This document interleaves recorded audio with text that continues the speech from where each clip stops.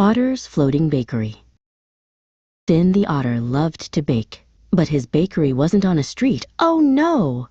It floated on the river, a cozy little raft, with a tiny oven that puffed out sweet-smelling steam.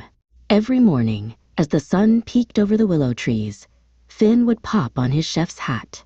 "Time to bake," he'd chirp.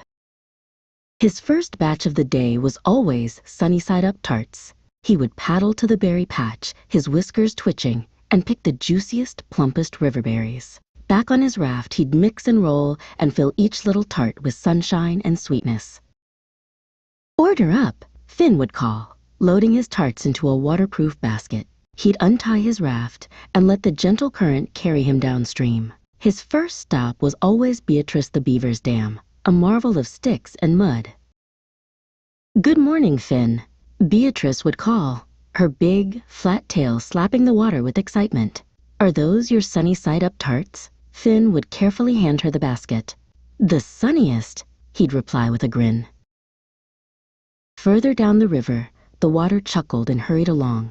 Finn had to be a clever captain, using his tail as a rudder to steer his bakery raft around the smoothest, mossiest stones. "Whee!" he'd shout as he zipped through a bubbly patch of rapids. His next customer was Ferdinand the Frog, who loved Finn's lily pad lemon cakes. Ferdinand would be waiting on a big green lily pad, croaking a happy tune. "Finn, hooray!" he'd ribbit. "I've been dreaming of lemon cake all morning." As Finn passed the cake to Ferdinand, a sudden gust of wind wobbled the raft. The lily pad lemon cake slipped from his paws. It tilted and teetered on the very edge of the lily pad, one side dipping dangerously close to the water. "Oh, my whiskers!" cried Finn. But Ferdinand was quick. With a mighty zap, his long, sticky tongue shot out like a pink ribbon. It wrapped around the cake just in time and pulled it safely back to the middle of the lily pad. Slurp went the tongue, back into his mouth.